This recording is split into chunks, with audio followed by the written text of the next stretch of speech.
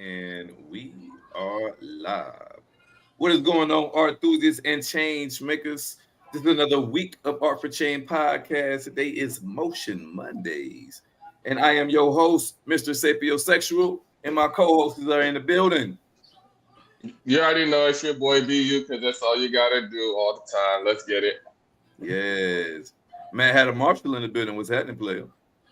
Lady Alva, gentlemen, how y'all doing tonight? Bless. Lady Alva. It's Motion Monday. Let's get it and let's flow. Let's get it and let's flow. Montana Cole. What's happening? What's happening? How was everybody weekend, folks? I know we were just on last night with Javante, man. How y'all enjoyed y'all night? Did y'all enjoy that show last night? Yes. That was a great show. That was great. She was a very powerful woman. And it's good we got a woman host as well. So that kind of helped it out too. But yeah, that was a very, very powerful episode actually. I liked it. Definitely.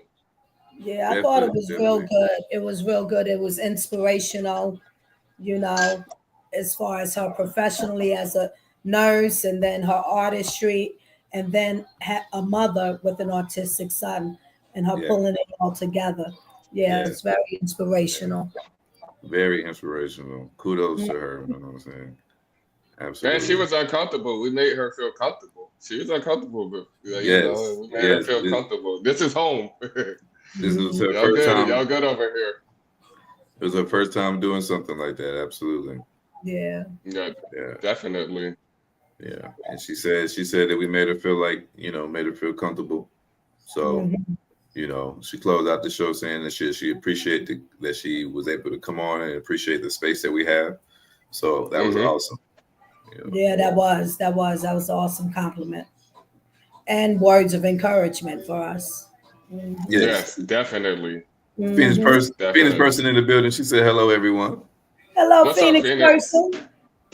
What's going on, Phoenix? What's up, Shawty? Yeah, we were supposed to have a comedian, Nick Fuller, from Arkansas today. He's was supposed to come on to the show. I think Nick might have got cold feet. He had that funny. If you listen to Mr. Nick Fuller, it's all love, brother. You know what I'm saying? If you ever decide that you want to come hang out with the Art for Chain gang, you know what I mean?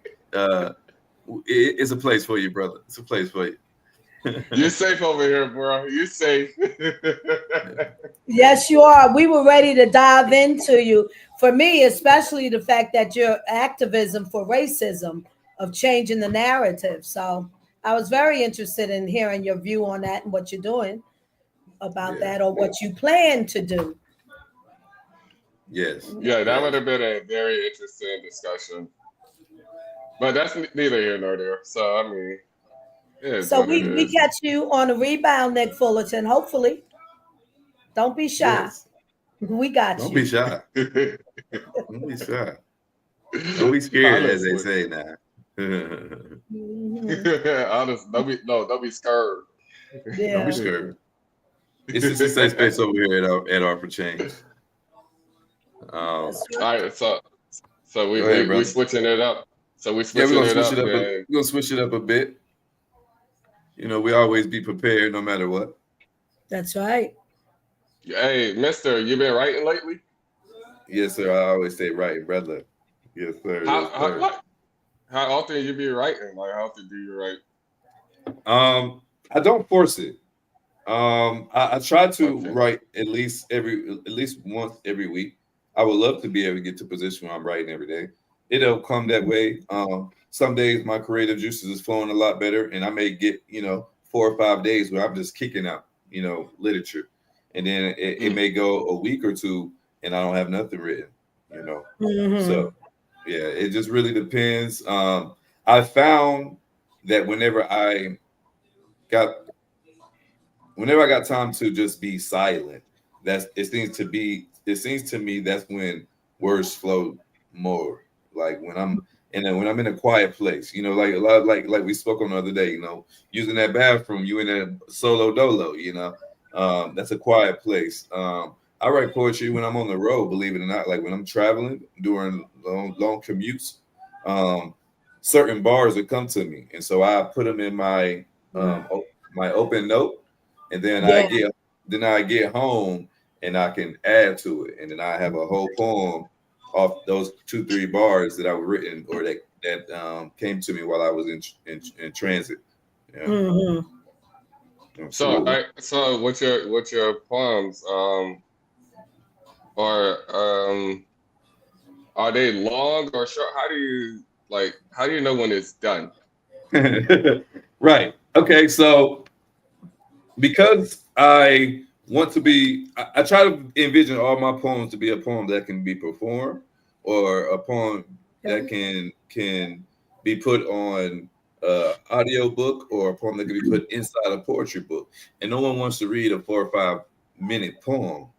And nobody wants to hear a 4 or 5 minute poem. Usually, if you can't get your point across up under 3 minutes, you're going to lose your audience. Mm. Yeah. So Mm. so so most of my poems are like like 1.5, 2 minute poems. Not even intentionally. That's just that when I finish with it and I read it, most of the time that's around the time that the poem is falling in. Okay. So without even trying, I keep my poems typically under 2 to 3 minutes. I do have poems that are more elaborate, that are more passionate, and those poems tend to run over.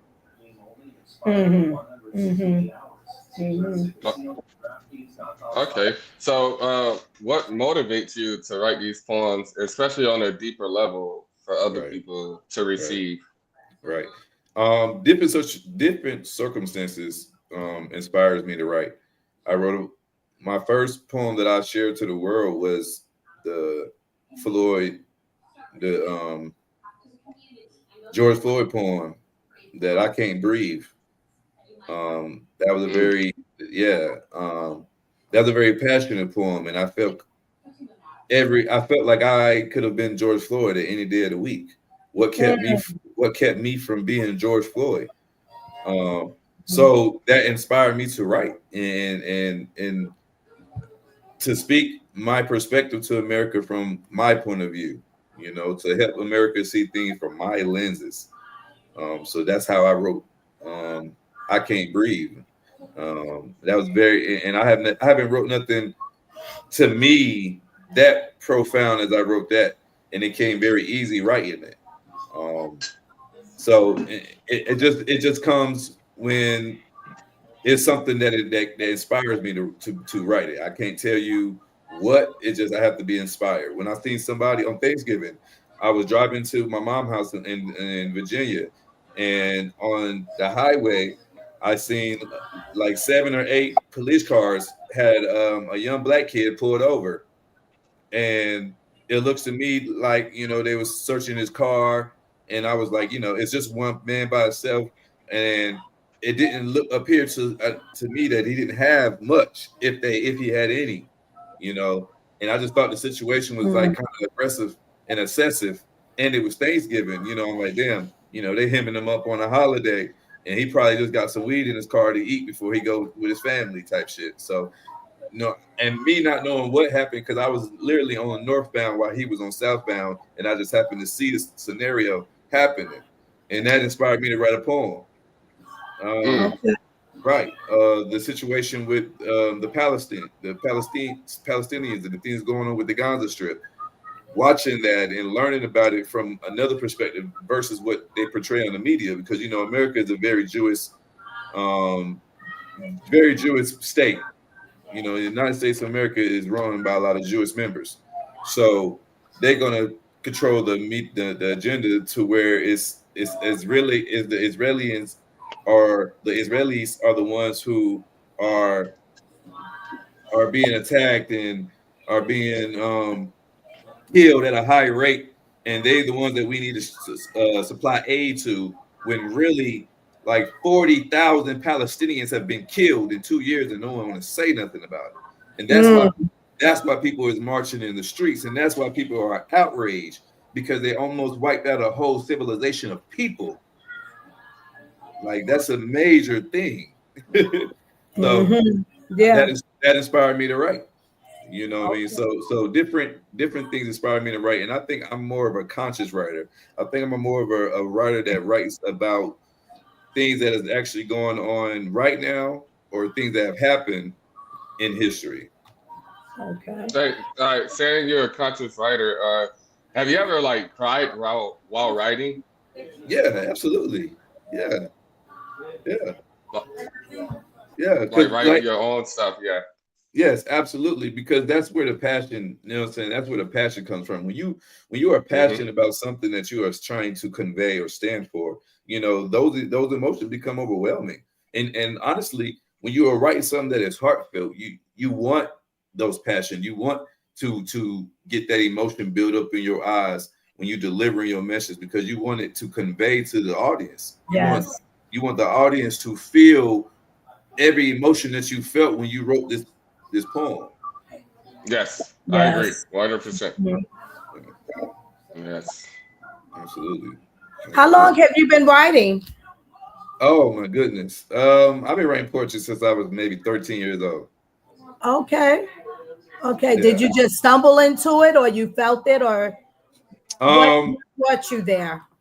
if I was being honest, when I was He was a younger, ladies' man.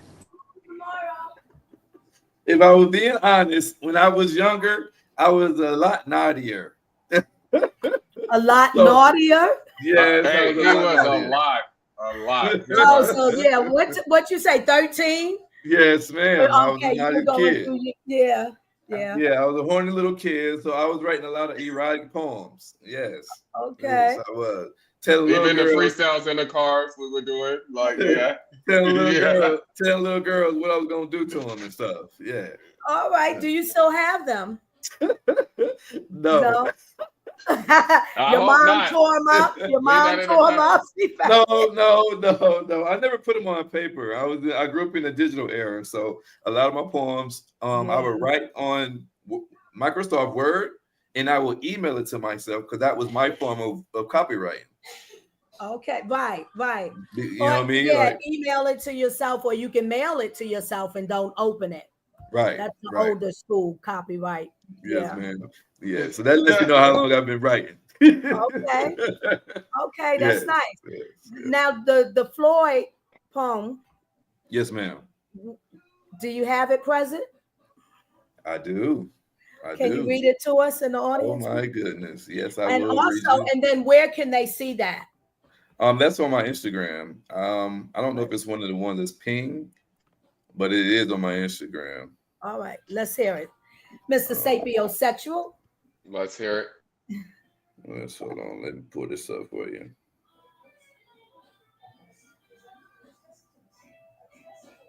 I can't breathe. All right, y'all ready for this? Yes, sir. All right, this poem is called "I Can't Breathe." I haven't done this poem since I wrote this poem, so I'm definitely gonna be reading it.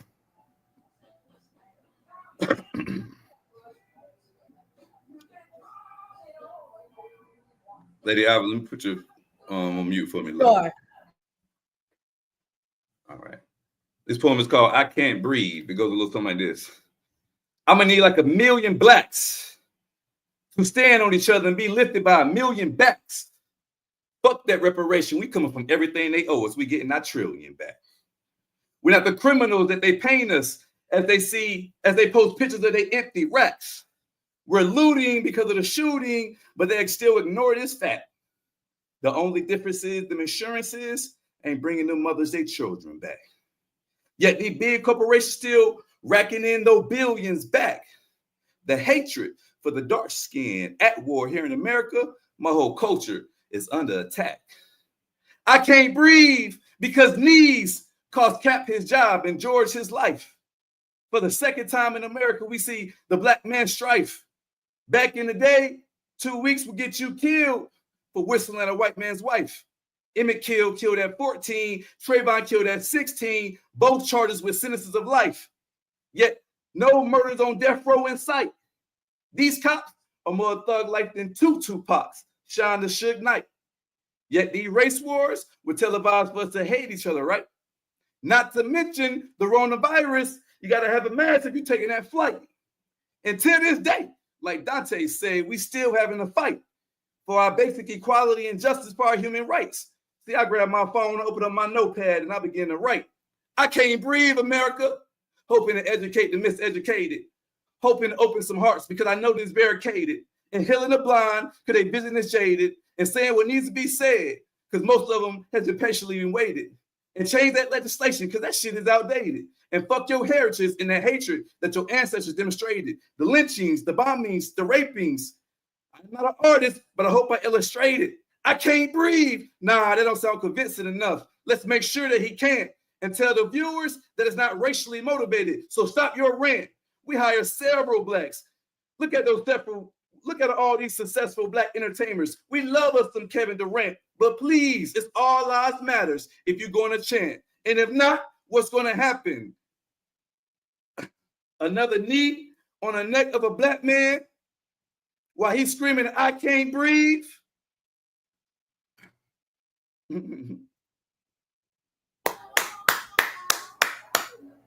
Lovely. Shit. Did I stop you? Is it more? Yeah, it was the last line. Wow. With his video next saying I can't breathe, but with no more air, he can't. That's that piece. Yes, powerful. Powerful. Yeah, you can't breathe with no more air. I like that. Yeah. A lot of message. One message with a lot of meat incorporated with it. Yeah. Powerful. She said, look, Phoenix person said, now I'm going to interview y'all. What y'all plans for this summer? Well, why are you asking, Phoenix person? Talk to us. She said, what's the plans for the summer, y'all? What's y'all plans for the summer? Well, for me, I got the 4th of July block party coming up, the fireworks show. Then my son's birthday, and then I don't know. I'm planning on take a vacation towards the end of the summer, right before school goes back, and then that's about it. Yeah. ABU, you're gonna hook me up with an Art for Change T-shirt saying I'm here for the host. Love your powerful voice. Thanks. Just let me know. My plans for the summer is I'm ending work where I'm at now, and then I'm flying out to Vegas to do a casino. So we're gonna be renovating Caesar's Palace. Actually, we're renovating the casino in Vegas. So that should be interesting. That should be interesting. Yeah. I gotta limit my dollars. I ain't never been to Vegas, but I heard a lot of stories. I got a lot of homies that's been there, and you know, I gotta send money home. Phoenix, my summer. I don't have anything specifically planned, but I'm moving right now, so I gotta move from one place to a bigger place. I'll be having my father with me, so I think I'll be his home health aide. And my focus will be on this platform and then the hummingbirds, my father and his home health aide. In between doing my, how can I say it, the redeveloping or continue the development of my cooking show, and get that up and running, and being with my dog and having a good time. Whatever is gravy in between there is all good. Mm-hmm. What about you, Marshall? I have nothing planned too much for the summer. Maybe get some swimming in. Nice. I get my exercise in and during the summer and everything. I like to swim. The water's relaxing. I do a lot of thinking in the water. It allows me to clear. I like It the water. allows me to clear my head and everything. So if I can Mhm. go get a few laps in or whatever. You know what clears my head? Going to the beach, bro. And I just look at the waves and I don't even talk to nobody. I just, hey, all the kids there, hey, I just go and I just look, Mhm. and it's just like it's one of the most peaceful places I've ever been is the beach and a cruise, Okay. because there's no light, so all you see is like, all you hear is the sound of nature, and then Yeah. like it just Mhm. gets your mind running and running and running. So Yeah. and it makes you think, and it's a good thinking spot for me. Beach and like water in general. Yeah. What What's your about you, Mister? motion, Montana? Come again? What's your motion, Montana, for the summer? What's my motion? For the summer. Uh, Damn. What would I consider my motion? Hey, while you talking, Montana, she said the Fourth of July block party sounds fun. I love Fourth of July events; they are always fun. Mm-hmm. Yeah, so you said you got some people excited for your Fourth of July event, bro. Oh well, yeah, but hey, well, I'm over here blushing. But no, my motion for the summer right now, that's like one of my biggest things. Like, I don't care about my birthday. All I care about is putting on this show for everybody else, giving back to my community. Um, so really, that's my motion right now. That's my main focus. Of course, my family and my kids and stuff like that. But that's things that ain't really got to be spoken on because that's already a given. So my motion right now is really focusing on the show I got coming up. I put a different theme to it. This year's theme for the 4th of July is going to be Lovers and Friends edition. So Mm. I know last year's theme was, what was it, early? I want to say last year's theme was like early 2000s, and then the theme before that I had piggybacked off the Freaknik. So I've been really focusing on finding the right slow jams and songs, coordinating with my DJ, so we're not tiring out the crowd or boring the crowd as well, because it's very easy to bore a crowd. Mm. And so yeah, like because there's going to be segments where I have to clear the street of the debris and set up more fireworks, because I'm not I don't have everything running off a relay just yet. So it's me out there with a torch lighting the fireworks on fire. And Mm. I have to go out there and, like, it's all calculated in my mind. I know, okay, when such and such says, "Ooh, baby," or whatever, I know I need to be lighting this one over here, because I know I got 5 seconds and this will be up in the air going off, and I wanted to go with that part of the song. So I really been taking that. That's really been my motion for the summer, is choreographing and coordinating and putting all that together. Setting up, um, Are you talking about Little John and Usher? like Lovers and Friends. What? Yes. Yes, yes. It's like a Lovers and Friends edition. Like, somebody gonna get some at the end of the night. Hey, Montana. Uh huh. So on like here in New York, on other places like Macy's, where they do their fireworks off the water, Uh they huh. it's called the barges. It's called Yeah. barges where they're shooting up. Can you do something like that on land? Yeah. All they're really Yeah. doing, the only difference between them and me is they're using a computer. That's it. That's the only difference. Yeah, but Um. I mean, well, but you said you have them in your hand, or you got to go light them. Yeah. I Like, have to. can you have them all set up like a barge, and where I guess then it would be computerized, or somebody would have to be literally there lighting Yeah, them. because Because even back though in the day, before computers, somebody was lighting them actually. yeah, and even to this day now, even with the computers and relay switches and running everything off of a motherboard, you still have to have somebody on standby, because let's just say fireworks 62 doesn't go off. You know what I mean? You Right, got to get out right. there and, what I'm saying, you got to light it. Um, Hmm. but where Do you I have that hold, built for your thing? No, where I hold Or, my event. Okay, so when you come next year, you'll see for yourself. But I'm gonna explain it to you now. Where I hold my event is at my mother's house, and it's on a dead end street. So mm-hmm. when you come down to that dead end street, her house is literally like I want to say like the third or fourth house before the dead end. So what I do is I take about I say about 40 to 50 feet, and I block it off with caution tape and everything else. You know what I'm Oh, saying? I barricade it off, and within them realms is where I set up my fireworks. okay. You know what I'm saying? And I Okay. set them up for certain ones to spray this way, certain ones to shoot that way, and so on and so on. That's how I do Okay. mine. Now I have ordered extra pieces, online for like mortar shells.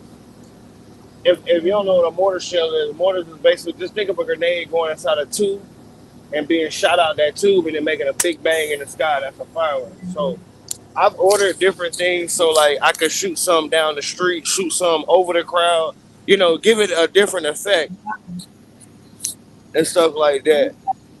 That's really yeah. Yeah, Nice, those are So, nice. only hey, legal hey, in some Phoenix said states. send an Yeah. invite. And Montana. yeah. And Oh, most also definitely. Phoenix, most definitely. That's exactly what I'm going to be doing. He's 89, and yeah, I'm going to enjoy every moment of it. And it's for specific reasons too. There's been some space in between him and I throughout our years as daughter and father, and I'm going to soak it all up. Thank you for saying that, Phoenix. Roxanne, that hey, Montana's show July 4th show goes down in Fayetteville, North Carolina. And she Mhm. said, dang, a time is about to be had, Montana. Yeah. Oh yeah, yes, it is, man. Like I mean, it's a beautiful thing to see, man. Like I know one of my favorite moments was last year. Um, I told the DJ, because I used to do everything myself. I used to DJ, light the fireworks, get the fireworks out the road, entertain the crowd, and just and repeat the cycle. Mister can contest to that. Like it's exhausting. So, hmm in the recent years, I've started instead of hiring a DJ, I have a friend who's a DJ, so I gave him the platform to come out there and basically, get his DJing out to the world, and I just, Yeah. be an MC slash pyrotech. So, Yeah. like I was saying, I got sidetracked. Like I was saying, last year, I told the DJ, I told him to turn on I said, DJ, play my shit. And he turned on that goddamn Keisha Cole Love. But I said, hold on, cut that shit out. I said, everybody turn your damn cell phone lights on. Man, we look like a damn marina out there, and we in the middle of the damn street. Mm. Yeah. You You you keep would have doing thought what you're doing. You're gonna be a main attraction come some years down somewhere down the line. it's funny You you say know, that. like that's you're gonna be the main attraction. Which where we going to see the fireworks this year? And You that's know. and that's really what it is in my city. I know cap, and it's not to toot my own horn. That's really what it is. I'm known around for the city. I'm known around the city for other things back in the day, but now more so fireworks. You know what I'm saying? That boy that puts on the show, or that man that puts on the show for his community every 4th of July. And I Yeah. love it. You know what I mean? I love it. I hear people talk about it, and people, or I get up the next day and I'm going through Facebook stories, or somebody shared a post and tag somebody. I'm like, damn, I didn't even know you were there. But thank you for coming though. There My it my is. goal my goal is to put the city out of business. Either put them out of business or make them hire me. That's my goal. That's what I just spoke for you. You're gonna be a main attraction Yeah, yeah, that's my eventually. goal. Yeah. I want the Uh-huh. baseball stadium downtown. That way I can put my crowd in the baseball bleachers. Put my DJ booth, Hmm. put my DJ up there wherever they do their little audio stuff at, and then Hmm. that way I can just let stuff off behind the field and let the crowd just have a good damn time. As Yeah. long as you never go fully drone. No, never. You can't go. You can't have drones for 4th of July. No, I would never do that, bro. I would never do that. And For one, that's too much money. That's too much. Look, and if you want the city, you might have to pull back the black card a little bit. Can't be so strong on that. Letting other Well, cultures. You might have, hey, nah, I way mean of the world. it's funny you say that because it's like all walks of life be at my block party. Yeah, I've absolutely. had I've Okay. had people Okay. I've had people be fearful and be like, are they gonna be looking No, at I'm me? I not don't want talking. to. No, I know what you're saying. I'm just elaborating on it. Uh, I had people be like, am I gonna be looked at? I don't want to be the only white person there, Montana. I'm like, man, look, you're not gonna be the only white person. You're not gonna be the only Mexican, Chinese, whatever. You're not. there it is.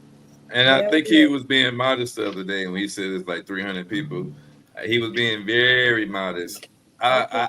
I mean, honestly, I've been to his events from the start to his last event, so I can honestly say it'd be easily 2,000-3,000 people out there, easily, easy, Wow. easy, Yeah. easy. Yeah. You can't see the street. It's so many bodies. So what that tell you? Yeah. You must have a good view to see him. Then you must have nothing blocking view. Then No, Yeah. ain't nothing blocking the view. No, it's not. I'm in the middle of the road. I'm shooting everything in the middle of the road, and I'm ah, blocking out the middle of the road. And then like the people that would usually be like standing behind me because I'm always facing towards the opposite side of the street. That's nothing but family. Everybody that lived in my mother's neighborhood, they all moved there in the '60s and '70s. So it's like we're like one big ass family. So if you standing behind me, you got to be family. Other than that, you're up front. Where I Okay. can see you and what you got going on. Mhm. Nice. What's your motion, Mr. Sapiosexual, for the summer? What's my motion? Yes.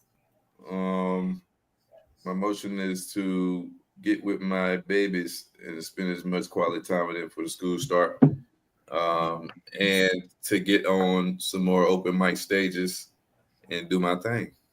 All right. All right. Yeah. Okay. Also, I want us to do a back to school drive. Oh, do you? Okay. Yeah, yeah. Down for that, for sure. Definitely. I definitely want to do it in my hometown. I'm open to doing in every community where all of us are. So we Okay. have some type of representation for Art for Change, giving back to the communities. Wherever we are. Nice, nice. We be discussing I'll do one in Orlando. Yeah, maybe. I got a little poem. Uh-oh. Talk to us. Talk to us. I haven't read it in a while, so let's see how I can read it. But I want to say something about this issue with my body, my right. I understand that due to cultural enslavement, having the right taken of our existence, we are now still fighting for the relevance of this. So we, the women, think this far that we have the right to decide who is born and who is not.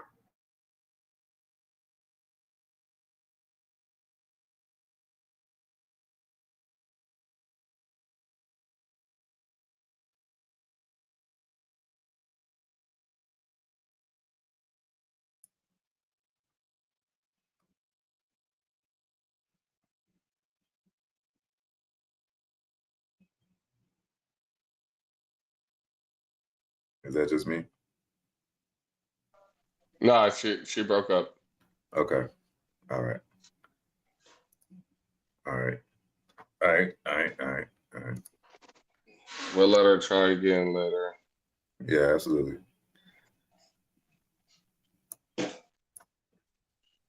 All right, what we All got? right. So yeah, Mr. BU man, Hey, as a construction superintendent and as a rapper, how do you find motivation in these challenging fields? shit. I find motivation as by looking at my past, like looking back, not ever wanting to be where I was before.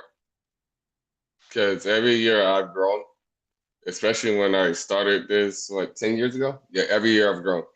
So I look back and I'd be like, yo, and like, it's to a point where it's like, yo, I thought I was like at the top. And then the next year I get higher. And then the next year I get higher. And then the next year I get higher. So that's motivated me.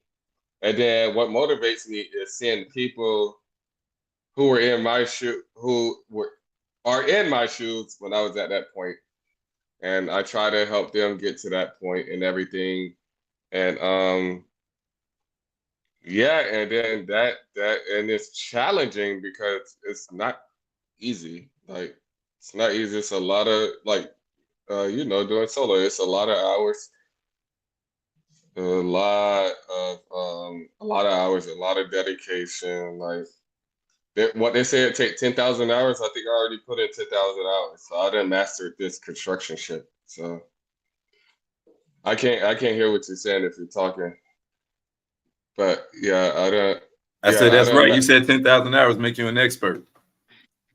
Yeah, so I don't master that part, but I mean, just because you master something don't mean you can't keep learning. Yes. And I'm still learning, and I'm naive to all that. I don't act like I know the most. Even if I know something, like people come with this long resume and all this stuff, and and they'll, you put them on a job site, they'll know what they're doing. Yeah. But you coming with this long resume, oh, I went to college for 8 years and all this stuff. Like, I ain't go to college that long. Hey, right. So yeah, but they come with this long resume, and I just watch them. I'll be like, okay, yeah, I listen to them. They telling me what the fuck is up, and I'm like, I've been doing this for it's a difference between like a degree and actually going through it. Yeah. There's a big difference. There's a big difference. Like, I believe that experience trumps that book knowledge. You know what I mean? Mm-hmm. What I've been taught in school is never gonna be more to me than getting my hands on and touching something. To me, learning the proper way, the technical terminology, that's all fun and dandy whenever I'm trying to explain the job to someone else and explain that I know the proper terminology of what I'm doing. But sometimes what's in that book don't translate to what's in the field. You know what I mean? Sometimes the book say do it XYZ, but then you get out here with the experts and they like, nah, brother, we're gonna have to do it like this. Well, hold on. The book says this way. Like, well, you can try that way, like the book say, or you can do it like how I tell you to do it. You know what I'm saying? Yeah. And you're gonna listen to that guy who's been doing this for 20 plus years, and a lot of times he's right. Yes, and then like the book it's gonna show you how to do it, but it ain't gonna show you how to fix the problems that you run into in the field, because you run into different problems in the field, and people don't understand it, and I didn't understand it in the beginning either. Like I went out there dry, but I started from the bottom and worked your way up. Yeah. Like now, Drake started from the bottom. Now you're a construction superintendent. Now you're the boss on the site. How do you motivate your team, bro? How you get your guys going in the morning to hit production? It starts with me. Yeah. I ain't gonna lie. It starts with me. My mood when I wake up in the morning. See, this is why, it's probably why I hung up on y'all the other, after the show, because I gotta get rest. First of all, rest is because important. my mood controls how the day goes. Mm. And then it's not, I don't like it, but that's just how I am. Like, and I avoid it a lot. So my mood controls my team mood. But if I'm in a bad mood, I done built a good enough team to where I can send off messages to different groups and rely on my foremans. Hey, and they're gonna get it done. And then they don't even have to feel my bad energy, because sometimes I have bad energy. I'm not gonna lie to you. Right. And then when I have bad energy, I don't want to be around nobody. And then so I don't only because I don't want to rub that off. Because my job is about protection. So when I have bad energy, I tend to be a little later to work and then send messages off to my leads. But also we have end of the day meetings, so they already know what they need to do in the morning. But that comes with building the right team too. And like I had to go through a lot. I fire people like quick. Like I ain't gonna lie to you. Like in the beginning, like because if I see it's not for you and you're not gonna like if I don't see it for you, then you know how construction is. It's a revolving door. So that's how you build the right team. Though it sucks. It hurts. Like to let people go. I don't let friends go. Just because you're my friend don't mean like you get to just do whatever. Like I don't even get. Well, I don't know, but I don't even get to do whatever the fuck I want. But yeah, and energy, bro. It's about energy and it's about taking care of them. Like sometimes I buy lunch for everybody. Like I'm with like 100 my site right now at Disney Resort. It's like 100 of us. It's like 100 of us. And I got a company card. So hey, we all eating. Every milestone we pass, like yeah, we're not eating lunch every day, but hey, we passed a good milestone. Hey, we straight. And then you got to reward them. And then, like, I walk through, I talk to them. I know their personal life. I know, like, what they're going through. I know all that. And then, so it's like, it makes them feel more comfortable with you. Like, just because, like, you had a conversation. They're like, yo, I had a conversation with the boss. Like, yeah, so, and it feels good to me, too. Because sometimes me talking to them help me. Can y'all hear I'm me? like, damn.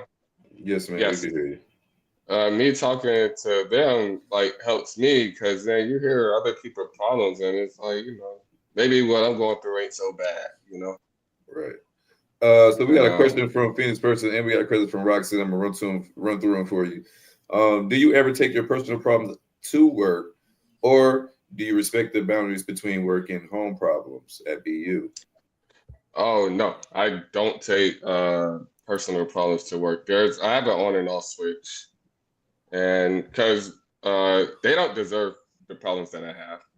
So why would I take those to work? They don't deserve those problems. Like that's something for me to handle. And if I do feel like I can't, this is when I say I send them a message and I'll stay away because I don't want to give my bad energy off to anyone else. So if I'm in that mood, then you know I stay away and they know me, so they'll know like all right, let's get this done for balls, and you know, and then we'll have our end of the day. And probably by 10 a.m. I'd be straight anyway. It take me like 24 hours to get over anything. So by that time, yeah, I'd be good. Like, but I don't take personal problems to work. I don't take work problems home. No, because it's not fair to anybody. Like, it's not even fair to me. Right. But I gotta deal with that regardless. So, but Roxanne, what did Roxanne say? Do you start in Do you start the morning with music and a daddy dance? Yeah, I start. Hey, music is very important in the morning, or podcast. Podcasts. I listen to podcasts a lot. I listen to a lot of podcasts, and yes, I start with. I always start with J Cole. I don't know why. Yeah, but and the daddy dance. Yeah, I do the daddy dance. I do the daddy dance. My kids love the daddy dance and all that. Phoenix, right. You'd be surprised the amount of supervisors, bosses that take it out on their employees and workers. Hey, that's how I got to where I'm at now, Phoenix, because I don't do that. And like I was them before. So one thing you got to realize, like I started where they started. So you was them before. Like you know what you don't like. So as a boss, you know what bothered you coming up, trying to be a boss. So why do that to them? That's not fair, you know. So yeah, and they love me. I'm like the number one boss. I got like I got my art for change cup here. Like I get like gifts from them like all the time and crazy shit. And look, hey, Mister, y'all seen? I just fucking what I did? Oh, I just signed for them. One of them from saved them from ICE. So they wouldn't get deported. I signed their papers. Yes, I take care of my people. Hey man, Yeah, I Heather. had it. Yeah. Yes. Man, hey, what life lessons have you learned from your Navy experience, and what made the biggest impact into your writing? I got sea stories and war stories forever. Yes, he does. I got sea Yes, he does. stories and war stories that are everlasting. Are you able to transition those into your literature? Yes, I am. Actually, I got something. You want to hear something I've been working on? Come on now. Yeah, of course we want to hear it, man, Heather. This one goes back to kind of growing up, but I call this one 1 Square Mile. Grew up three blocks away from the detention center, across from the baseball and football field. Was on a one-way street to becoming a JID, juvenile in detention. My destiny wasn't far from home, like a 3-step process. Step 1, survive the harsh elements, evade the establishment, rescue those still in harm's way. I made it grunt style. I'm a fanatic with the target on my back, like a Jansport, backpacking through the wilderness, the biggest beer in the forest, Bear Grill, showing my pearly whites, Bear Grill. Like Eddie Bauer the Explorer, I'm as deadly as Jack. Watch out, that dick could be sporting some good.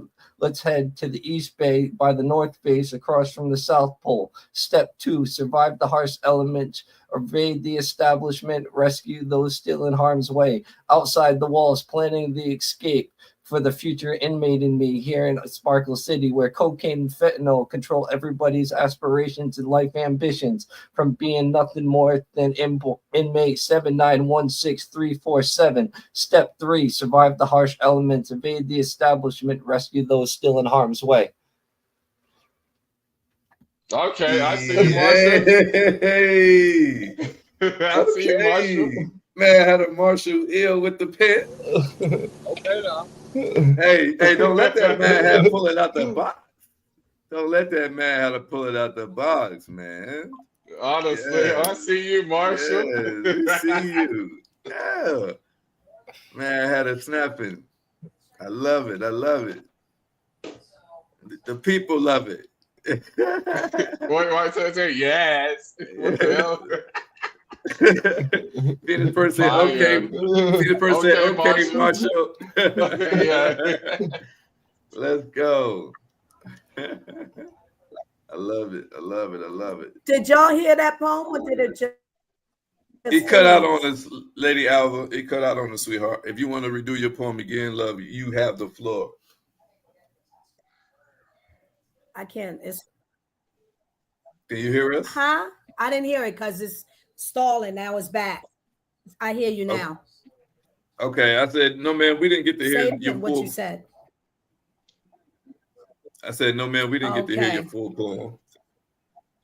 I think I'm lagging on that. All right. So You're not lagging. It sounds like a delay. You're responding like you getting a delay from me. No, I just heard you. I see your lips moving, so I hear you, but I don't know what's going on my end. Okay. If you want to do your poem again, love, you got the floor. All right. I want to say something about this issue with my body, my right. I understand that due to cultural enslavement, having the right taken of our existence, we are now still fighting for the relevance of this. So we, the women, think this far that we have the right to decide who is born and who is not. Let me tell y'all something. This is a tangled knot that we have retained and bought. For just the same, our people cried for those maimed. Our people cried for those lives horrifically taken away. Our people had no way to stop the insane. So why do we think it's okay to rid of the unborn and dare not women be blamed? Can you say my name? Yeah. Okay, I like that.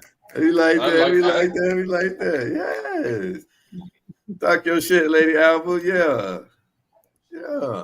Thank Look at all the Thank creativity you. in the building. I love to see it. I Yeah. love to see it. I love to see it. Uh-huh. So, Lady Alva, since we got you back, I got a question for you, love.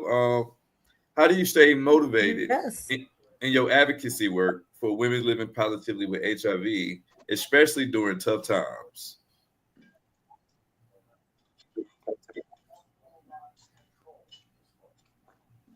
Tough times meaning what? I guess whatever tough Tough times mean to times in the you. world, tough times for me personally. Tough Oh, times. I think that means tough times for you personally. Yes, ma'am. mm. I don't know. Something else just came up. Hold up on my computer's bugging out slow. Um, Tough times. I don't I try not to let that bother me in any kind of way. It's always going to be tough times or trials and tribulations. But what I know for sure is that whether tough times or not, I live in the bosom of Father God. So I have that place where I don't have to deal with all the mess if I choose not to. To stay motivated is me just absorbing a lot, listening to a lot day to day, reading and watching a lot of things, documentaries or certain type of movies that depict, that really pull on the heartstrings, you know. Also motivated because I am that woman living positively with HIV. So as I live my life with it and the things that I go through and see, the disparities and the hurdles and all of that, I take an account for all of that, and it keeps me motivated to use my voice to speak out loud and hopefully make a change. And I haven't really gotten as far as I can see my vision has envisioned, but I'm a one lady show, and I'm just pulling it together day to day. Yeah, bit by bit. I love that. I love that. Tell the people about your hummingbirds radios and what that insists. Hummingbirds. You say bugs, or that's your accent? It might be my accent. Yeah, hummingbirds. Yes. Yeah. You got an accent? To her because she's from New That York, of southern course. drawl. Yeah, so it's inspired for by me for women living positively with HIV, to encourage and to support those women who are living with HIV, those women who are silent, have not told their family members, encouraging them to break the silence. Because if we can break the silence, then we are attacking this. We are attacking the stigma that exists out there concerning HIV. I Um, like that. yeah. So and then to have conversations on what we did a show, ooh, or something I read. I think it was on us, but I'm concerned about all women, Yes. not just women of my culture. I'm concerned about all women, and Right. because I think it's issues in every culture. Mm-hmm. Um, but what are they? You know, and then how can we come together and stand as one? You Yes. know, instead, oh, it was one of the questions on one of the shows we had, Mr. And you had it addressed for me. It was the intersectional. Yes, ma'am. Intersection. Yeah. Yeah, intersectional. That was new to me. So I did, and then I said I didn't even nudge on him that he didn't ask me, because I did my due diligence on it. So it was really interesting to me, and that's kind of where I stand with the hummingbirds as far as the intersectional, what it is for women in different cultures, what you're going through, what I'm going through, and let's not keep it separate. Come together to make the change. You know, art for change. Yeah. Yeah. Yeah. Art for change. There you are. You know, Lady Alba is the epitome of art for change, ladies and gentlemen. Yeah. So on the radio, I designed a show, which I start out with. It's called Sunday Morning Humming. My radio is called Living Positively Radio. The show is Sunday Morning Humming, airing every second and fourth Sundays at 8 a.m. It's an hour long. It's a praise and worship show, but I have topics. I'll give scripture, and I'm also, if there's an awareness date on the calendar for HIV, then I highlight that too. But it's informational and encouraging. And I'll have guests, and I'll flow outside of the box. I did a show for a woman for diabetes awareness, so I don't just stay within that. I like to say for women living positively with HIV and some, you know, because there are women that live positive for another woman who has HIV. The woman doesn't have HIV, living positive for the woman that has HIV. So I like to highlight those things, yeah. And I'll bring other shows in eventually, you know. I got some on my mind that I have already scripted, but that's what it's all about. I like that. I like that. I appreciate what you're doing. Yes, ma'am. You keep Oh, going. thank you. Yes, ma'am. Thank you. It's something now to juggle, because now I'm here, and then I've been, you know, wrapping up the ends of my father from moving from Philadelphia, coming to New York with me. So it's had some challenges there. But the producer, he's like, well, I'll just put on a recorded show. And I didn't even call to find out how it went on Sunday. I didn't listen because I don't want to be disappointed. But to my audience, if any of you guys are listening, I will be back in the grind by it will be the fourth Sunday of this month. Yeah. Yeah. Montana. Hello. Was that Nick Cobain? Hey, listen, brother, as a truck driving community personality, what keeps you inspired to stay connected while you're over that road, brother? What keeps me inspired? You can keep being resilient, Lady Alba. Let's see. I'll say the thing that keeps me inspired to stay connected will have to be my socialism. I'm a very social person. I feel like I can go in any room and talk to anybody. You know, so with me being a very social person, I'm you know, a little bit low key funny. So when I see somebody laughing off of something that I said, whether it be a joke or anything of that such nature, that keeps me going. Yeah. Just seeing the reactions of others. Now, being a truck driver, you have to be away from that family at times. You know, how do you stay motivated when you got to get up and get out that bed when you know you really want to just lay there and stay with your wife and kids? Remembering that there's an end goal in mind. That I won't have to always get up out of this bed and go do nothing. The check just gonna come to me.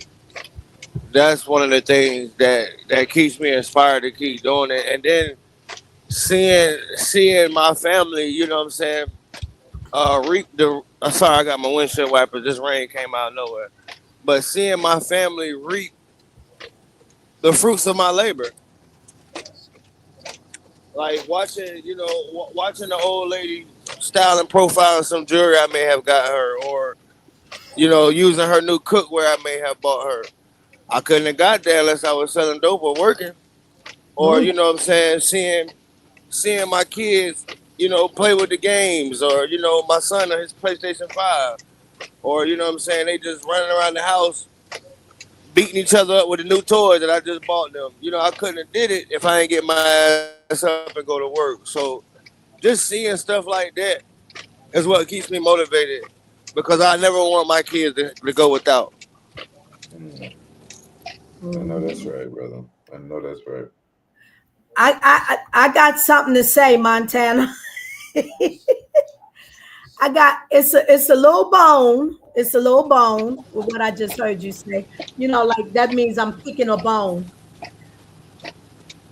Uh-huh. If you didn't sell dope or work, so Uh-huh. the part about if you didn't sell dope, aren't there other alternatives where we can do these things without selling dope or No, meth? no, no. Oh, okay. All right. Let me go ahead and correct that. I am no longer a street pharmacist for anybody watching. Okay, Mhm. but you know what I'm saying. I guess when I was giving that answer, what I was basically trying to say is, I wouldn't be able to do the things I was doing in life or for my family if it wasn't for that. Because even though I was a street pharmacist, I always kept a job. Mhm. You gotta keep a paper trail Yeah. We because don't at want to any, go ahead. I'm sorry. I'm about to say, because at any, you know what I mean. I put it to you like this: you can't show me not one successful drug dealer, not one.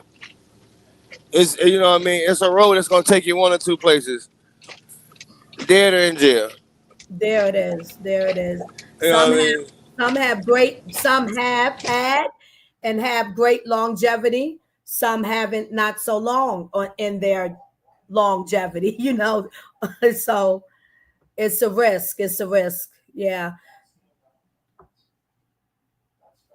If you guys Nah, could yeah. share, my bad. Go ahead, say what you said, Montana. No, I was about to say, yeah, it's definitely a risk that you have to take. But you know what I'm saying? Just like with me being a trucker, it's a sacrifice that I'm making for the better of, you know what I'm saying, me and mine.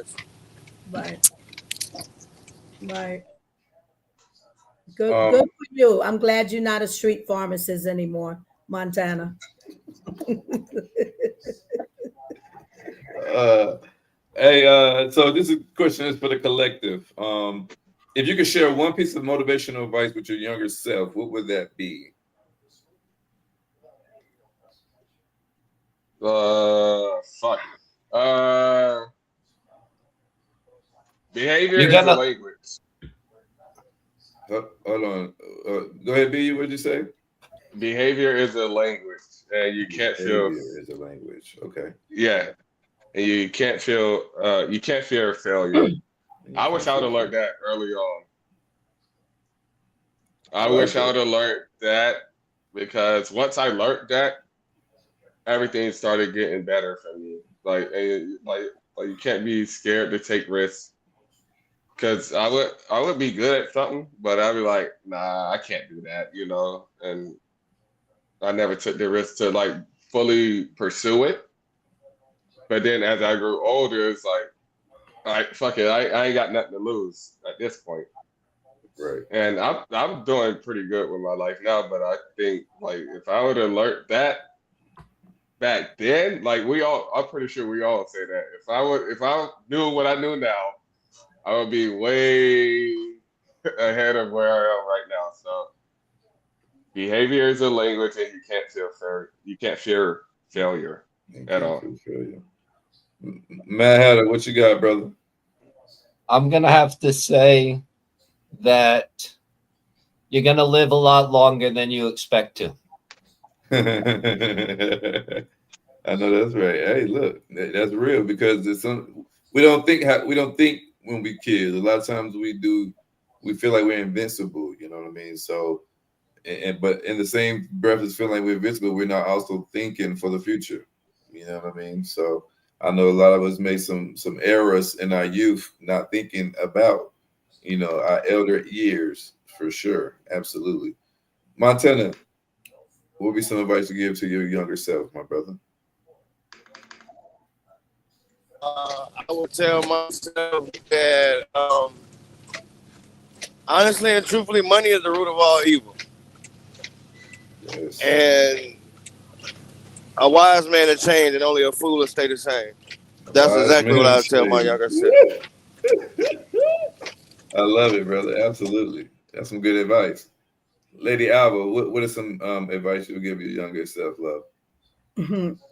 Little girl, be secure in yourself and do the do of what's in you. Mhm. What about you, Mister? I think some advice I would tell myself would be save your money. One. All right. Yeah. And I think another advice I would tell myself would be don't be afraid to go alone. Just go. Mm-hmm. You know what I'm saying? Because in my younger self, I was a popular person, and I think I cared about the opinion of my peers. And I wanted, and it was things that I could have done or was doing where I wanted the support of my peers, and without the support of my peers, I didn't feel like I could accomplish certain things. So if I would have just accomplished those things and just like I said, don't worry about who's around you, just go. You know what I mean? Don't wait on it. Be the first one. So yeah, I think that would be the advice I would tell myself. All right. So with that being said, what's a personal quote that that drives your creativity and you moving forward? You got a personal quote? Yeah, or something you live by. Yeah, I think a personal quote I live by, bro, is apply yourself to supply your wealth. Okay. Apply yourself to supply your wealth. Okay. I like that. Yes, sir. Apply yourself to supply your wealth. Okay.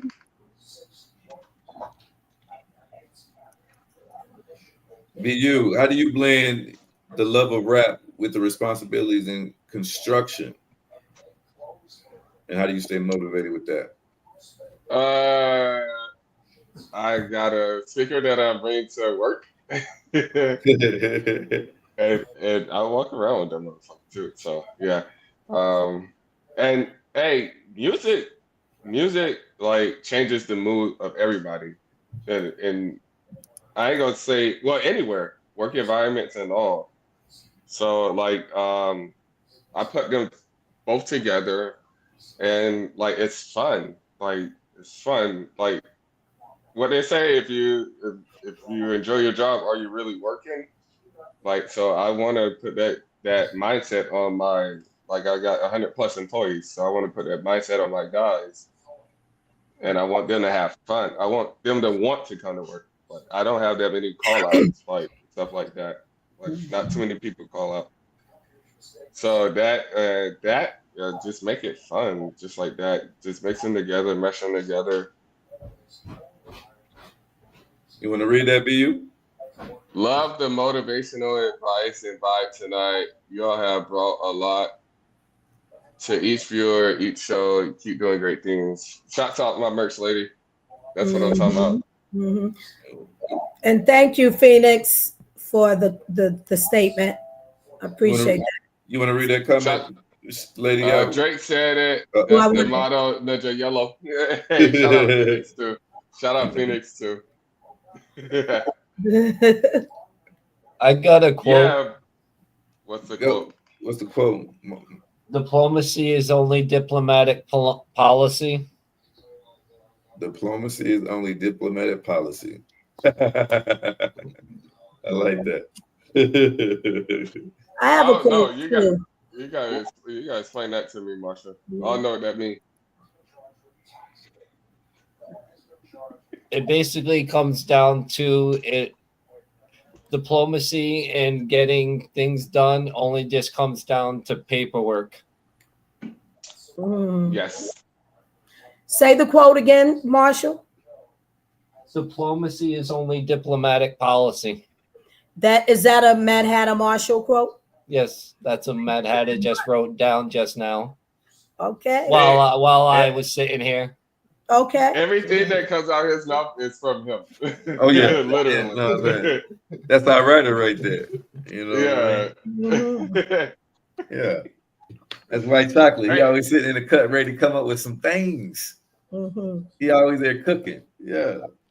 Hey, speaking of you, Matt Hatter. Hey, what's a moment in your writing journey that inspired you to keep going despite all the obstacles you've been going through?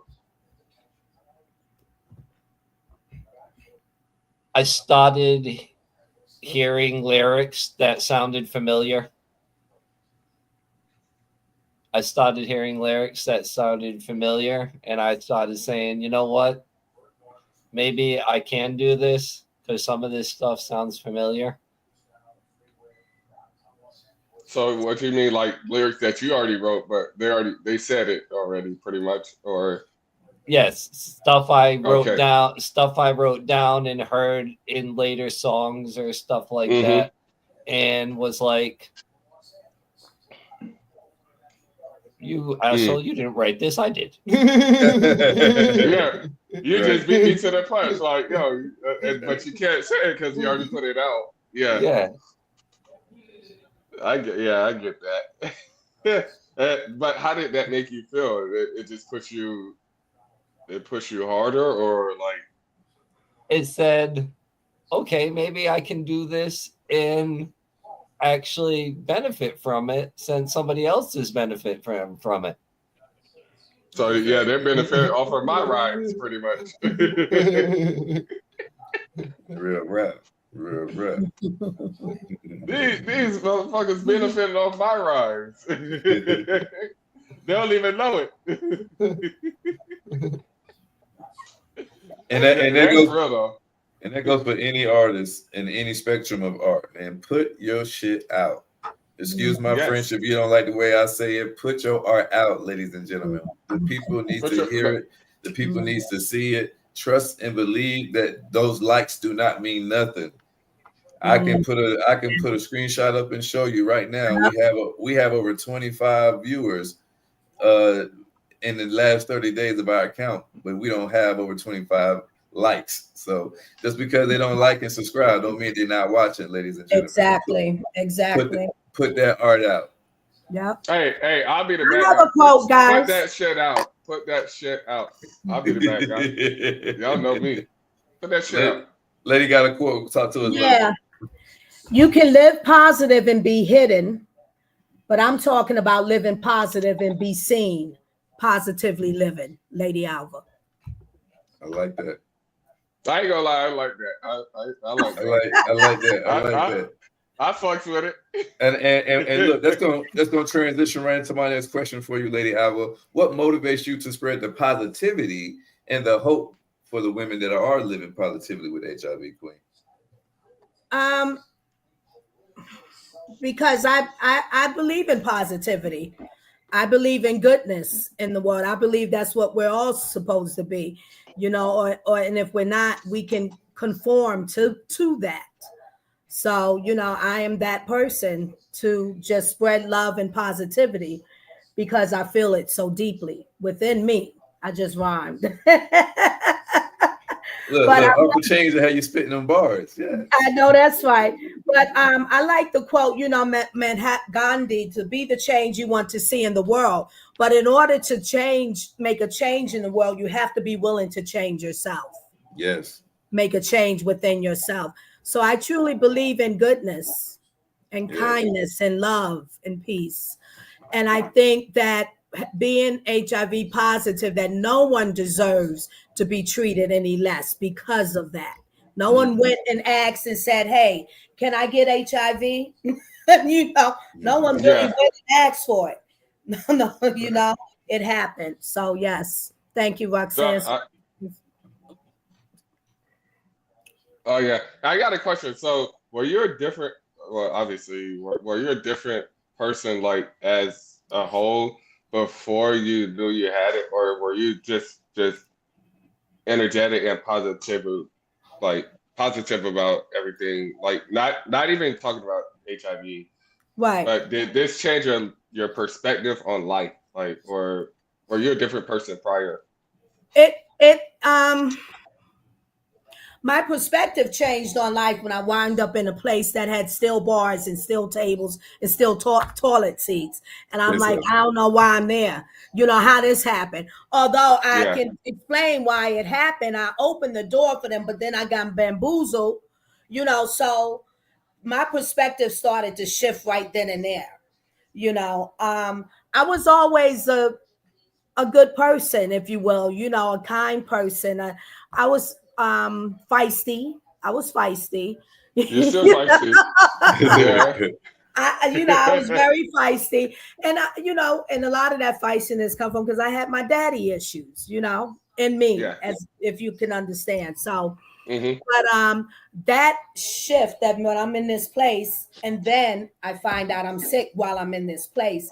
So, like most tragedies, it brings you forth into another space if you let it, if you listen, and if you let it. So, in that tragedy, I realized that I didn't have joy, and I didn't well, because we're all about being happy. Yes. Yes. And BU, I'm reading this in the Bible, so I said joy. Well, did I Yes. ever have joy? Well, God, did I ever have joy? What is so? Father God, took my visionary back to when I was a little girl, and the joy Mm-hmm. lived in me.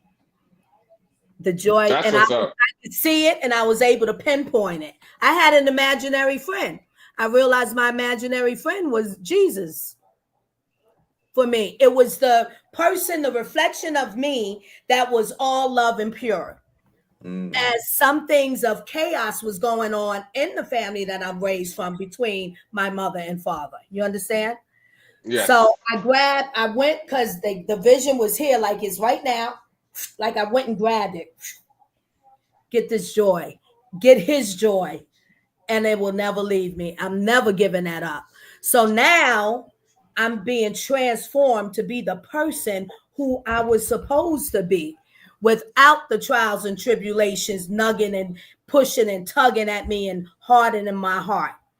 Now I get to do it freely, comfortably, and fearless. Mm. But it takes time.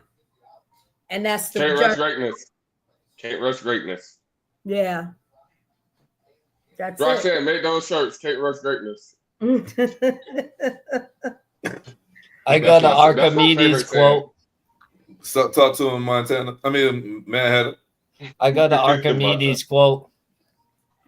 This is coming from Archimedes. He said, "Give me the place to stand, and I shall move the earth." I like that. Give me a place to stand, and I shall move the earth. And tell us who Archimedes is. He's a Greek mathematician and everything. And when he wrote this, it was depicting an lever. A lover?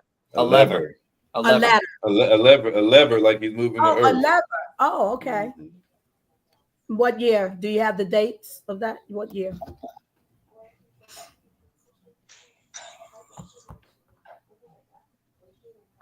Well, Marshall. Montana, you still here? Yeah, I'm still here. You got it, mister. Yeah, while Marshall was pulling it up, Montana, what is the most uplifting experience that you had while driving that reminds you of the importance of community? Ooh.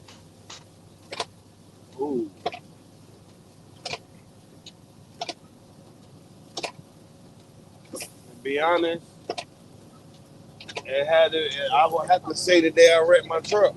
Yeah, talk about it, brother.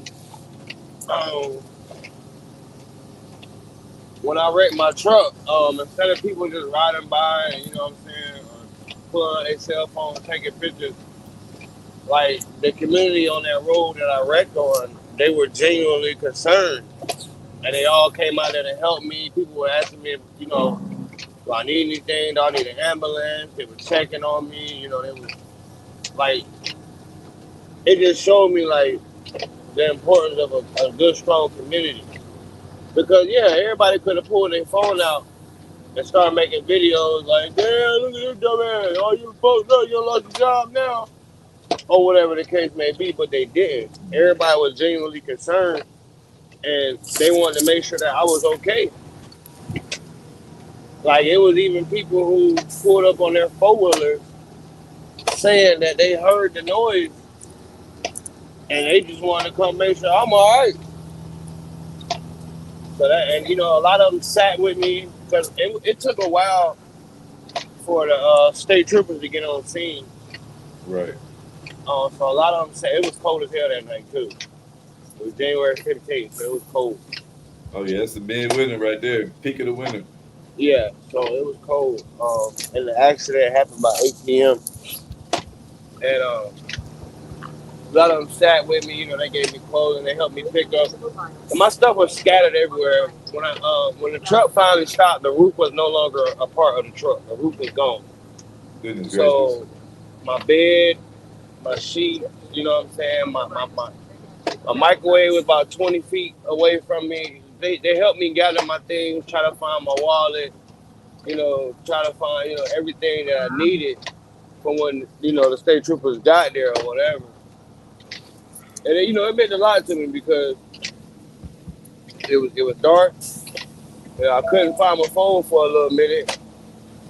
And it was a 2-lane country road with barely any street lights. So that was a time, trucking that showed me about the importance of community. Appreciate you answering that. I couldn't find the date on that, but another Archimedes quote that everybody might know is the shortest distance between 2 points is a straight line. That's also from Archimedes. Yes. Okay, thank you. I do know that quote. But I didn't know who made it, so thank you for clearing that up. Yeah. Man, we're gonna educate you. We're gonna give you some advice. Man, we're gonna love on you. Man, Offer Change is the place to be, ladies and gentlemen. If you ain't heard yet, lock in. Tell a friend and tell a friend, like, subscribe, all that good stuff, man. This is the place to be. If you are an artist and you're trying to showcase your talent, any spectrum of art, that means if you dance, if you play an instrument, if you sing, if you write, I mean, art could be so many different things. If you sculpt, if you do shirts and designs, all these graphic designs, digital designs, all this is the forms of art. So if you want to connect and you want to build your brand and you want to showcase yourself to the world, man, Art for Change is the place to be, ladies and gentlemen. Yes, sure. So this is a question for the collective. If you could host a motivational workshop, what would be the theme and why? What would be the theme? Yes, ma'am. And your motivation, in Ladies Album Motivational Workshop, what would be her theme and why? Ooh.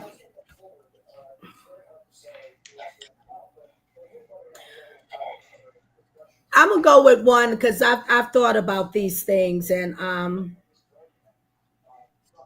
Eve's Garden.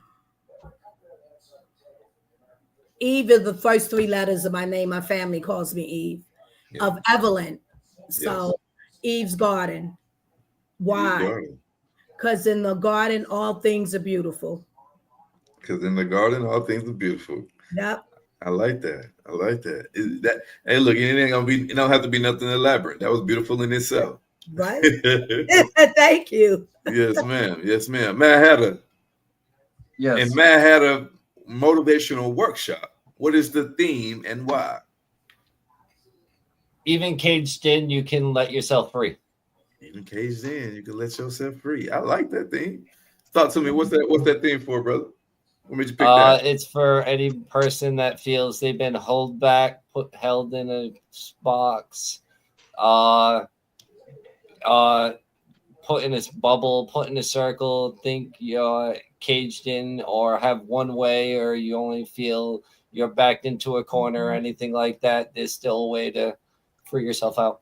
It's still a way to free yourself out. I like did a thing on that, and it's called Uncaged. I like that. Hey, look, I think I'm going to both of y'all motivational workshops. I think I'm going to have a very motivational week going to these motivational workshops right now. Montana motivational workshop. What is the theme and why, brother?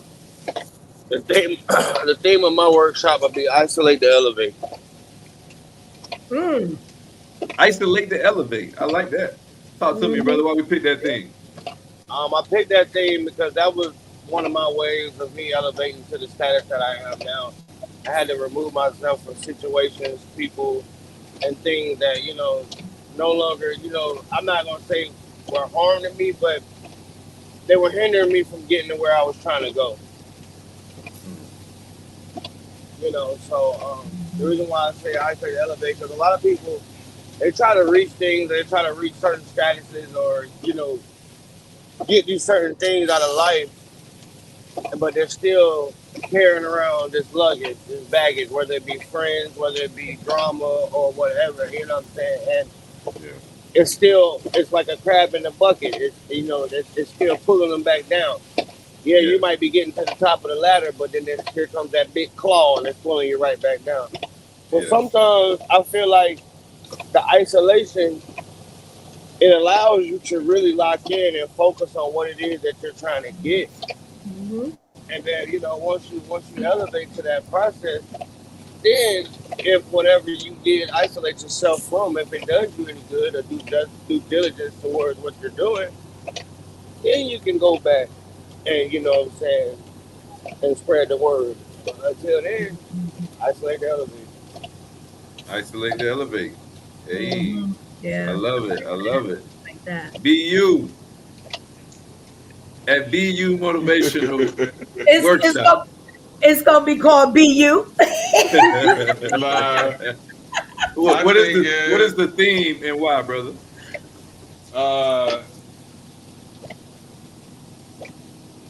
Money ain't everything, but it's something. And I say that to say, use your money to help people. It'll be a workshop like to help people, because I've been recently watching like people helping people on the streets, like people who can't help themselves, who want to help, but they don't know where to get the help from. So I mean, we all say money ain't everything, but it's something. No. It's definitely something. Because if I ain't got no money, I ain't got no house, I ain't got none of this. But it's something. And it's how you use it. And then I want to use it in the right way, because if when I hit, because I'm going to get there, but I want to help people, because I'm an asshole, but I got a good heart, right? And so it's something, and then I want to teach money management, manage your money. I want to teach kids. It starts in school. Yes. And it needs to be a course in school. Like, we don't need to learn about the Battle of Crusades or nothing like that. Let's talk about credit. Let's talk about that. So when you graduate at 18, you got good credit already. So let's talk about that, because parents ain't gonna teach you that, because the parents already in bad credit. So stuff like that. I agree. I'm listening. I think I agree that it should be taught in school. But I think the history is necessary too, just so that we can learn from our mistakes in our past, so that we don't repeat it. But I also think that certain things should be taught in-house, and that money literacy should be taught at home. And I think that certain communities, it is more prevalent and more spoken and more taught about than certain communities, especially not in the African American community. You don't really see money literacy being spoke on and talked about. Things that's teaching you about your credit. That's not conversation that's typically had in our community. At our cookouts, we're talking about people instead of talking about business and finances.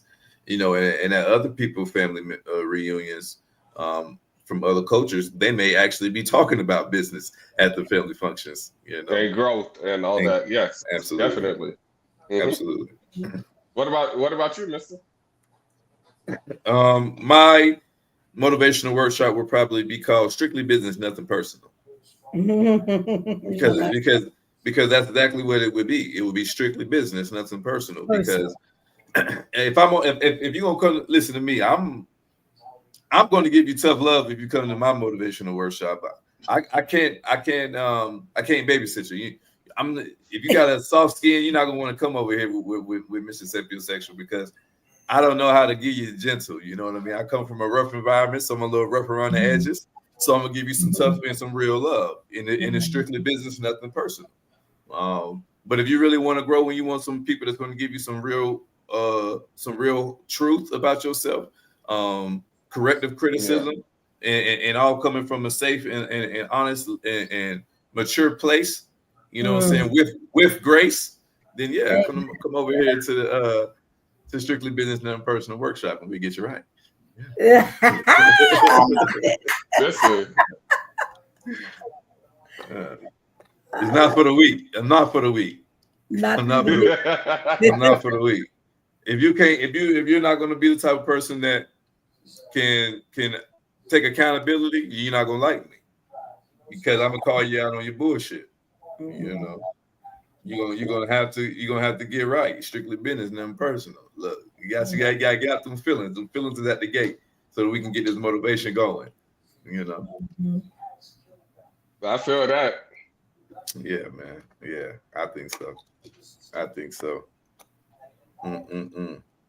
BU, what role do you think music play in keeping you motivated during your challenging construction projects?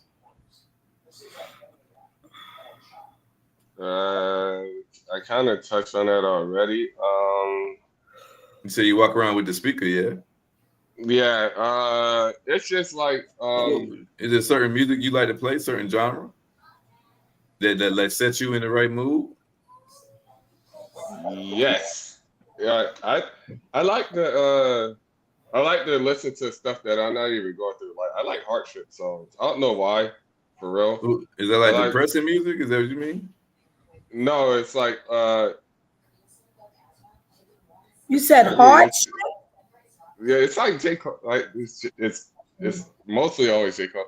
But so rap. You like using mostly rap music that sets you well, conscious music. It's not even like you got to be going through something, but conscious music is you're going through something. It's not like depressing, but it's you're going through it and you're growing through it. That kind of music I like. My kids, but I lose control when you're not here with me. I like that song. Like, there are certain songs, and my kids put me on these songs because they're on TikTok.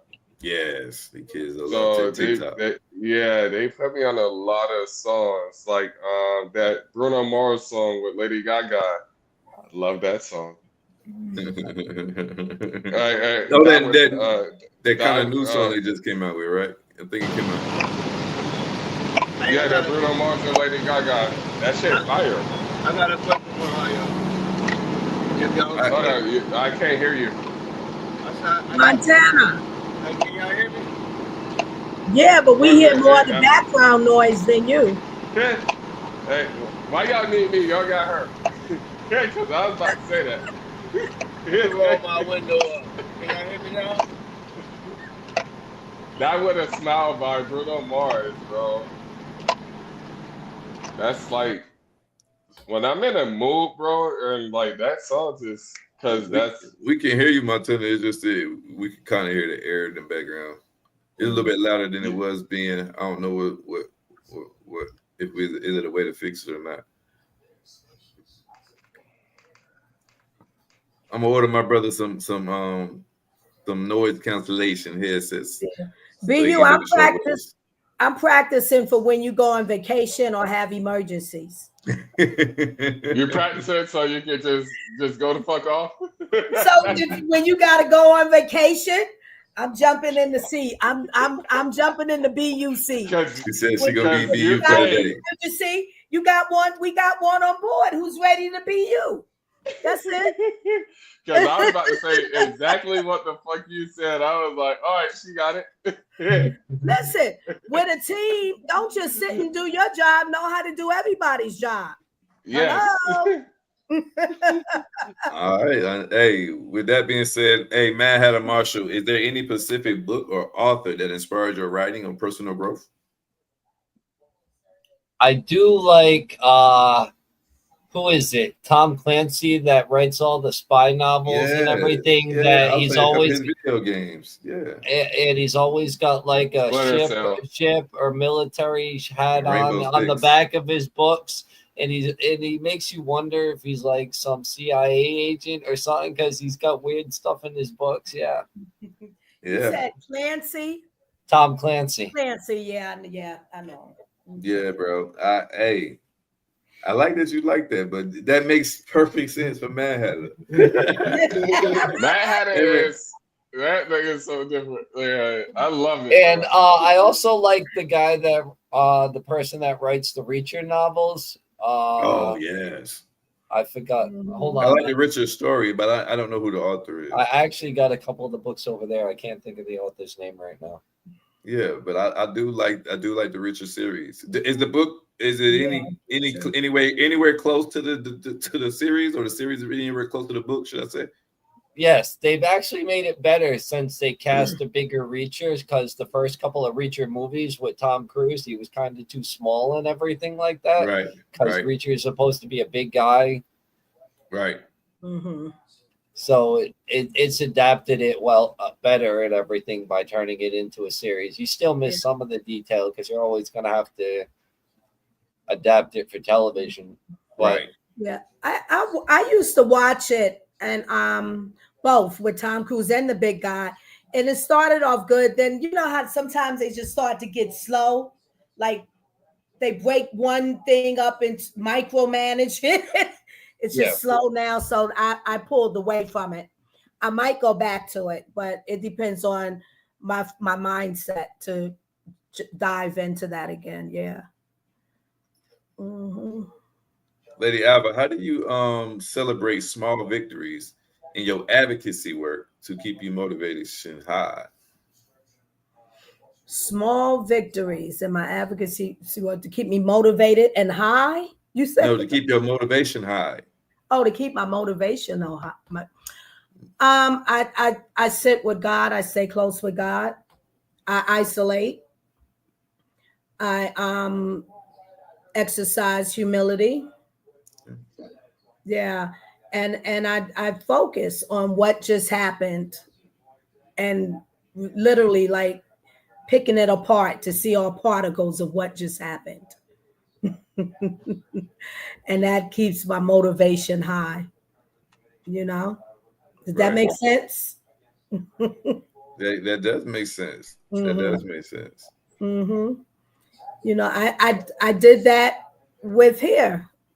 Once I got the offer, you know, and then it was confirmed, welcome aboard. I did that. Said, what? Like, now, wait, what does this mean? Is this a big deal? I think it's a big deal. You know, yeah. I think this is another part of my feather that just got ruffled that's on my wing. Yes. You know, I'm a hummingbird. So I was like, wow. And I say thank you. You know, that's how I deal with it. And it works out marvelously for me, and watch it all go down. Mm-hmm. I like that. Yeah. Word of association tonight. The word is going to be success. We're going to go around the room and let everybody just tell what success means to us. Because success is different from everybody's perspective, I believe. Mm-hmm. So I think you start us off. Yeah, I think success is personal. It's like, it's not from the outside looking in, it's from you, it's from within you. Yes. But you feel success, like you feel like you got that success. I don't give a fuck. Like, hey, I could have mowed the lawn. I didn't succeed at some shit. And then that might not be good to you. Like that's minute, but like I think success comes from you. And I think a lot of people get success confused because they're looking at other people's opinion. And then that gets your brain running. That gets you into, oh, I got to do this. I got to appease to this crowd. I got to appease to them. No, you got to appease to you. regardless, no matter what. And you come first. So shirts for everyone. Yeah, Roxanne, send shirts, Kate Rush Greatness shirts to everybody. Oh, Yeah, send shirts, Kate Rush Greatness shirts to everybody. And we're all gonna have a right. Kate Rush. Thank you, We're gonna have Roxanne. a we're gonna have a Kate Rush Greatness episode. Yeah. So Mhm. yeah, shouts out Roxanne. Yeah, that's what I believe in. Like it comes from you. And can't nobody tell you that you're not successful. You tell you that you're not successful. Mad Hatter, what you think? That's facts. I like that. Mhm. I would have to say walking on water instead of treading water. Mm. Mm, That's success. I like that. I like it Walk, too. walking on water instead of treading water. He said he And ain't let no more. and let the people know that's another Mad Hatter Marshall quote. All right. He gonna keep them coming. Look, if you want to I might gotta put his quotes on shirts too. nice. What about you, My- lady? So I'm gonna pull from which I found some time ago. It's a quote from Arthur Ashe. Y'all know who Arthur Ashe is? Yes. Nope. Tennis player, legend. He's not Okay. living anymore. After the Arthur Ashe Trophy. And They have also it. They was have the Arthur. diagnosed with AIDS himself. Yes. Mm-hmm. Mm, Mm-hmm. Black man. mm, mm. Mm-hmm. What's that, Mad Hatter? They also have the Arthur Ashe Trophy that's named after him. Yes, yes. And a stadium. Yes. Yes, in Queens, right? The Arthur Ashe in Cityfield. So the quote is success is a journey, not a destination. The doing is often more important than the outcome. Arthur Ashe. That's I like success that. because it is the journey. Success is personal, what not what people say or they say, he say, she Hmm. say. If I, as a mother, if I did my job, I'm successful. Yes. When I was in school, I did my job there. I'm successful at work. I'm doing my job. I'm successful and I'm growing in all of it, not just stagnant. That's success for me. Yes. Reaching higher and higher for things that belong to me, that are in me to pour outwardly. Success. Yes. I like that. Mhm. Thank you. Montana, You, what does success mean to you? to me, success means a number of things. It's not just one in particular.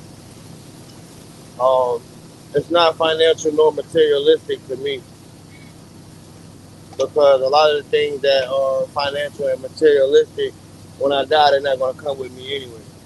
Only thing that's going to leave with me is debt. Um, Mm-hmm. so when I view success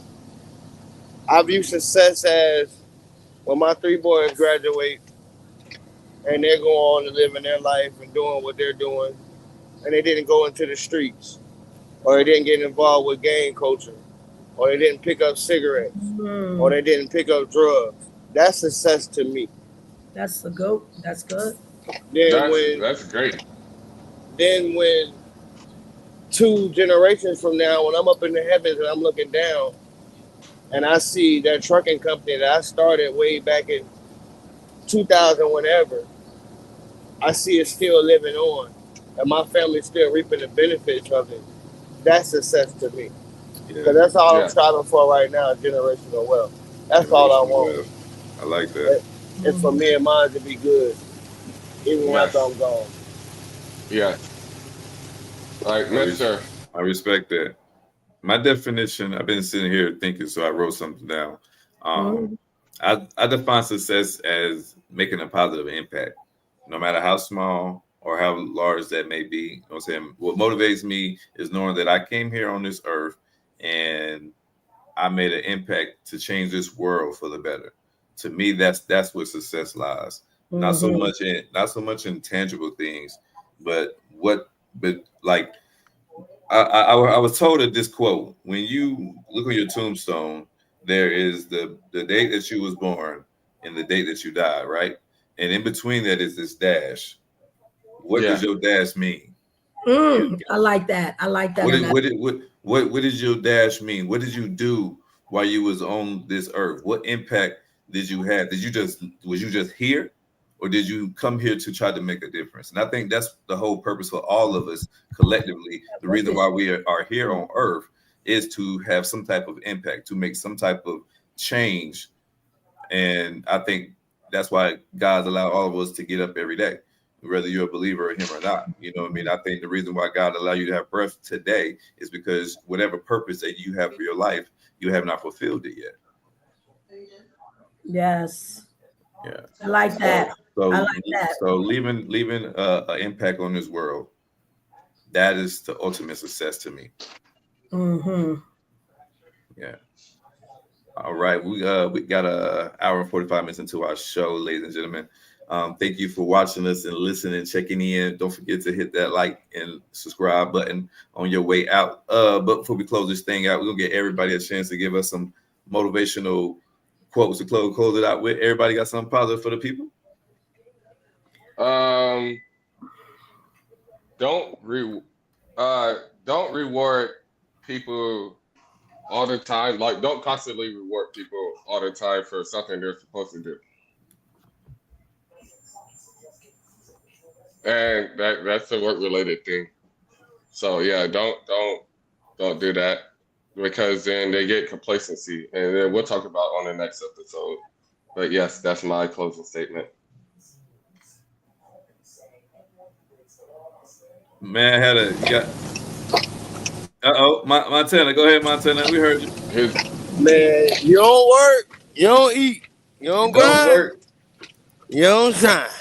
So, with that yes, being said, grind smart and grind hard. Yes, absolutely.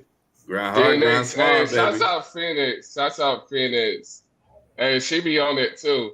Hey, Roxanne sent. Hey, shouts out Phoenix. Roxanne sent all those shirts. Kate Earth Greatness Mhm. shirts. Send me the design, and then we'll talk about it.